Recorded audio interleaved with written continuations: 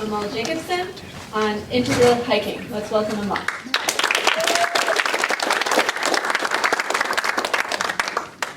Thank you all for that warm reception. You can actually turn around. I'm going to use it. Yep. Earlier today, Emerson brought up call and response music, which I really appreciate because it actually keys into a lot of the themes that I'm going to be talking about in my own topic, which is, of course, integral hiking. Call and response is a form of music that you really see a lot in traditional and indigenous societies. And of course, in the evolution of Western music, at least, you saw through the Middle Ages the development of polyphony, which are these competing melodies that are harmonizing and playing off one another. You see that a lot in Bach. And then, of course, it came eventually to what you see now, which is homophony. There's one melody, everything harmonizes to that. And so you just see the solar fixation becoming more and more intense. And so the question then is obvious of how do you reorient yourself to the environment so it's not just you imposing your will, imposing your consciousness, imposing your projection onto it, but a recognition of interiority that's dynamic and open. My first class in the Philosophy, Cosmology, and Consciousness program was on the continental philosopher Eric Voegelin. I took it with Brian over there. I come from a pretty strong background in South Asian philosophy and was really excited to kind of dive deep into the Western tradition and soon found myself completely over my head. I'm a creative writing major as an undergrad, and Western philosophy is not really my game, and I found myself in real quick with the philosophy jocks. And I really struggled to keep up with what turned out to literally be ancient Greek. But the class ended up being immensely rewarding for me, and the process of struggling to keep up with everybody else in the class allowed me to really take in a lot of the ideas that I want to share with you here right now. So, I'm not going to be using a mic. I hope that's okay. I'm way too loud for my own good, so. Voegelin talks a lot about what he calls these two poles of consciousness. On the one hand, he describes what he calls as the thing reality. And I'm going to talk about that in a moment. And then over here, he would call the it reality. The thing reality has to do with the fact that in your own little universe, you are the center of it. You are a subject, and everything out there you're intending as your object. And the it reality refers to the fact that I might consider myself the subject right now, and I'm at the middle of the class, but to you, I'm your object. You're the subject. And so you find yourself coming into a world that is in media res. Another way of putting that Voegelin called it is that you're not a self-contained spectator, but you're an actor playing a part in the drama of being, where the role of existence must be played in an uncertainty of its meaning. I really like that, because now the question is presented, what is your role? And instead of it just being something in which you just automatically are in your kind of unconscious thing reality and everything out there is an object, because there's a kind of recognition of a fundamental unknown that you're existing in between, then it becomes a lot more of how do I dynamically respond to, not how do I just slap my own thing on top of it. This paradoxic holding the tension of these two realities is what Voegelin termed the metaxy. It's a Greek term that he borrows from Plato, and it literally means the in-between. How do you live in the in-between without collapsing the poles of this consciousness, which ends up always becoming kind of violent, because you think of somebody else as an object, and then, of course, everybody only matters insofar as much as they relate to you. And the ecological, political, social consequences of this are fairly obvious. Right from the beginning, because I come from a background in South Asian philosophy, I became that annoying kid in the back of the class who kept raising his hand, asking, so how do I practice this? And Brian had to very kindly remind me over and over that Voegelin is not necessarily prescriptive, which is a really novel idea to me, because in South Asian philosophy, ideas are really deliberately meant to be enacted in spiritual practices. And the word that they use for that, forgive my horrible handwriting, if you can't read it, it says sadhana. Sadhana. Sadhana colloquially means a spiritual practice. A spiritual practice, how do you put something into practice? The literal meaning of it is the effort to bring something into completion. The effort to bring something into completion. How do you take something abstract and how do you embody it? Which is a really, really important point that I struggled with my first semester as I began to take in what felt to me initially as interesting but very abstract ideas. Separately, in what I assumed was a totally disparate thread of my life, I moved here from the East Coast, and I've been a pretty big hiker, for most of my adult life, and was really blown away by how pretty it is here. Just nature's just screaming at you all the time. Here, look at me, look at me. So I was into that, and I spent the first couple of months here just totally getting lost in what felt to me like a wonderland. Just Mount Tam, and every one of these beaches on the Pacific, and it was just place after place after place after place. And it was beautiful, but what ended up happening after a couple of months, which I didn't expect, is that it began to feel mechanical to me after a while. It began to feel a little bit deadening to me after a while. And I didn't realize it at the time, but it had a lot to do with the way that I encountered the experience or brought myself into the experience. There is a real mentality, in hiking in general of you go along this basically uninteresting path, and then you end up finally at the end where you've got this panorama, and you take your photo, and then you can put it up on Instagram, and you can check something off your bucket list, and you have now captured the experience. And I was doing quite a lot of this and enjoying myself less and less and less as time went on. And I remember the moment in which I felt that something really had drastically gone off track was a friend of mine and I went up into the High Sierra, incredible hiking tour through these alpine lakes, like 10,000 feet. And it was cool, But then, I remember on the way back down, we stopped at Tenaya Lake in Yosemite, and I was sitting at the shores. It's this granite basin, unbelievable crystal blue waters, one of the most beautiful alpine lakes that you could ever hope to see in your life. And I was standing there, and I just thought, who cares? And I felt the shock in that moment, like, what do you mean, who cares? And I felt it really, in a way that I could not ignore. It was just a feeling of who cares? And that was kind of the wake-up call. It wasn't the moment in which I understood why I was feeling that way, but it was a moment in which I realized that somehow I wasn't orienting myself in relationship to these experiences in a way that was enriching for me. And so bringing it back to the thing reality, the it reality, the in-between,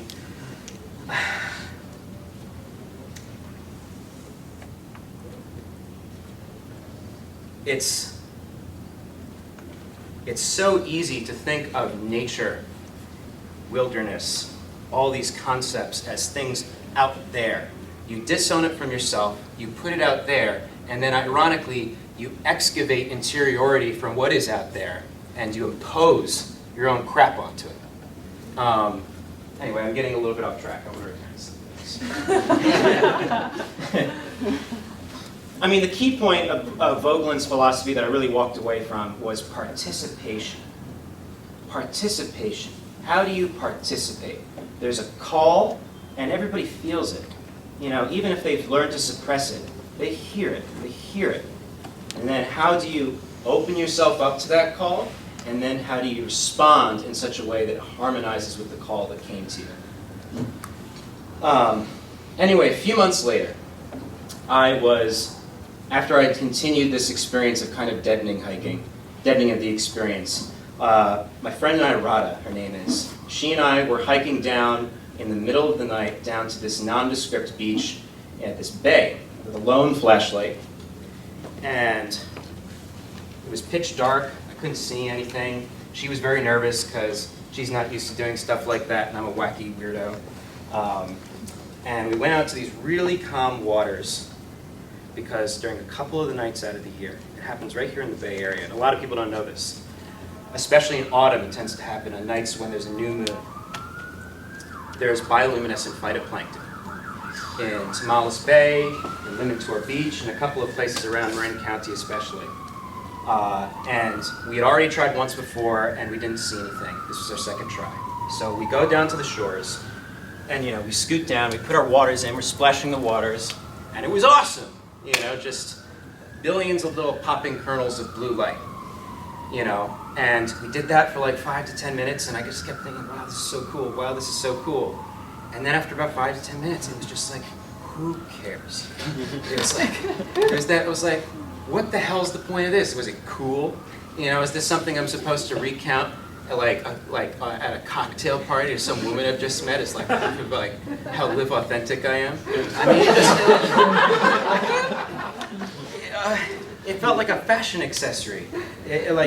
Modern contemporary life felt to me like this cavernous experience of blind people, playing a game of Marco Polo, where one person shouts out YOLO and the other person shouts out FOMO, back and forth to each other. Utterly meaningless. And what happened next was a small decision, but I think in casting back at least, ultimately feels like maybe the single most important decision I made in my graduate studies, as much as this felt extracurricular. I was there, I'm squatting down, splashing the waters, and I decided, okay, time to get wet, And I decided that I didn't care how cold it was, or how fucking cold the Pacific is, or the fact that it was the middle of the night and it was November. I stripped down before I could question myself and leaped in. And it utterly changed the character of the experience. I remember, it's just one thing to study in a class interconnectedness, interpenetration, the relationship to all things and how things react and resonate off one another. And it's another thing to literally see it, I remember moving my arms to the water, and having this total Brian Swim moment of just the arms of the Milky Way giving birth to billions of stars popping around me, just these density waves. It was one of the most spiritual and intimate experiences with nature I've ever had. And I want to emphasize here that had I gone in with that same kind of thing reality consciousness and decided ahead of time, I'm going to go swimming and it's going to be cool, I would not necessarily have had the same experience. It's not that the experience at the end was cooler and that made it more integral. It's that the mentality and the mindfulness and the attitude that I brought into it was a more authentic response to the call that brought me there in the first place. And that utterly changed the way that I thought about my relationship to nature, the way that I move across it, all of these ideas that I was coming across in class, integral ecology, all of these things. It just radically allowed me to revision all of it, and I realized that I was developing my own sadhana. I was developing my own personal sadhana of being in and with nature as it exists interpenetratively.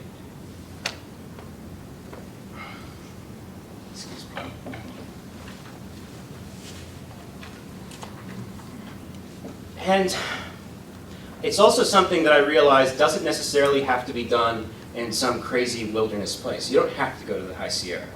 It can be done in urban settings, it can be done at day, at night, and I found myself kind of experimenting with it. I would hike in crazy storms, in very cold temperatures, well after dark, during the day, during the night, and I realized again and again and again what's most important is the mental attitude, the consciousness that you bring to it. You can collapse these poles of consciousness anywhere, any place, anytime, with anybody, or you can open them up and hold them together any place, anywhere, anytime. And I, for myself, tend to find it most rewarding in nature, but you're never separated from it. And it also really changed with the way that I educationally was able to take things in, too, intellectually. I'll give you an example. When I started studying integral ecologies, I especially contextualized by the California droughts that we've been experiencing, I just couldn't get over how much of a bone-dry, parched desert this place felt like to me, especially coming from the East Coast. To give you some perspective, San Francisco gets about 23 inches of precipitation a year. New York gets over 50. You know, it's a much greener place, and Californians are a little bit surprised sometimes to hear that, but it is really dry here. And I was kind of horrified by all the reservoirs around here. Like San Francisco gets all of its water from Hetch Hetchy, which basically was another Yosemite that they decided to dam, which totally just basically killed John Muir, the famous naturalist, and he dubbed the reservoirs of California strangely placed bathtubs. And I hated them.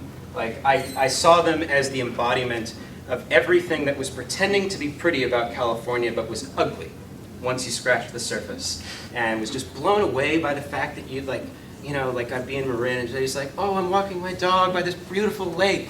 You know, when it just seems to me, again, it's just like strangely placed bathtubs. That's like all I can hear, you know. And so I decided that I wasn't really processing this. I was missing something because obviously people need to drink water, you know. And so I decided to bring this new kind of methodology that I'm processing to it. So I went out in the middle of the night to one of these reservoirs that I hate so much.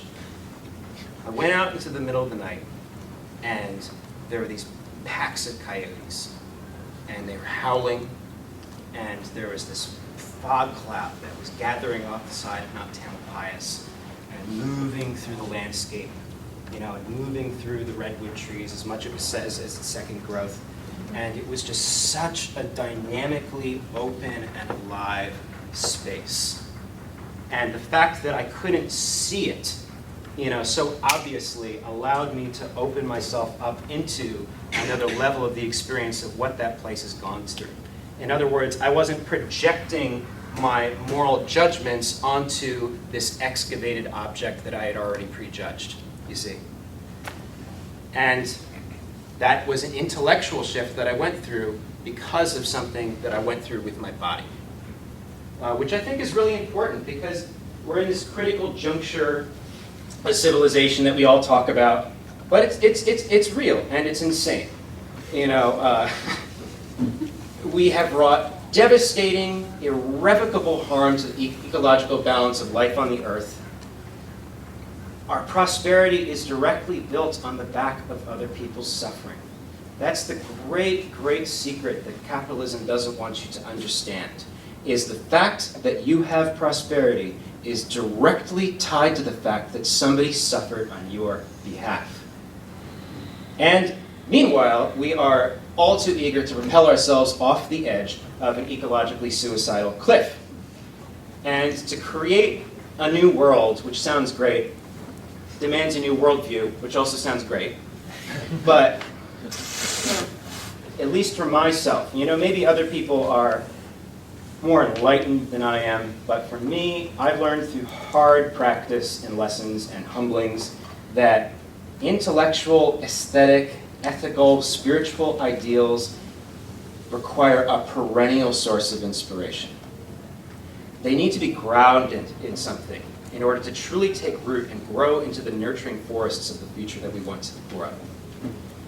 Only embodied practices that are able to take account of the discrimination of our intellect, but also the devotion of our hearts and the biology of our bodies, are going to be ideals that are sustainable, that aren't just fashion accessories of, look how spiritual I am, look how open I am, I go to CIIS, I live in the Bay Area.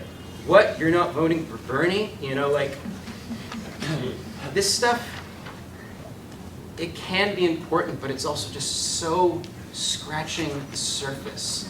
You know, it's just, what do you really stand for when your ideas are met with resistance? When your ideas are met with disillusionment? Are they built on something solid? Is it something that you feel in your bones? And if you don't, what's going to happen to it? And what was it to begin with? You know, and I'm not saying that this more integrated form of hiking is the path forward and I found it, everybody, but it was a way that I was able to, in an unanticipated way, I might add, by which I felt a call, I responded in a way that was authentic to me, and it blazed a trail forward that not only took me to a place that I never could have expected or understood ahead of time, but also helped me ground the whole intellectual process of my time here in PCC with something that I can bring forward into my future that's not just here. And not just here, but here. So, thank you.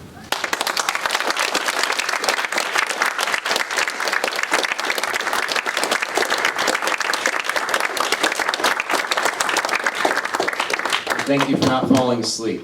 I know you've been here for a while. One question. Short question.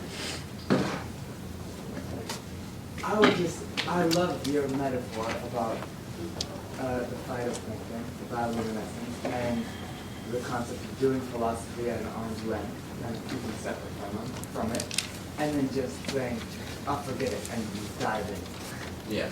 And you are this. It's no longer at an arm's length, you're part of it. What can I say? I'm just awesome.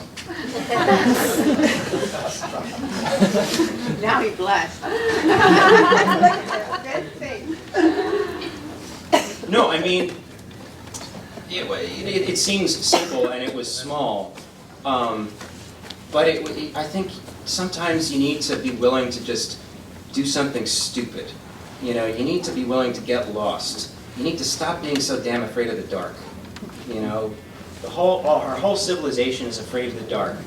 You know, so much so that, you know, you can't see the stars at night because of all the electric lights that we use to, obfuscate that darkness. You know, but what is knowledge if it's not knowledge of ignorance? You know what I mean? You know, you make yourself blind to darkness, and in some level you make yourself deaf to meaning. You know. Great. Thank you. Thank you.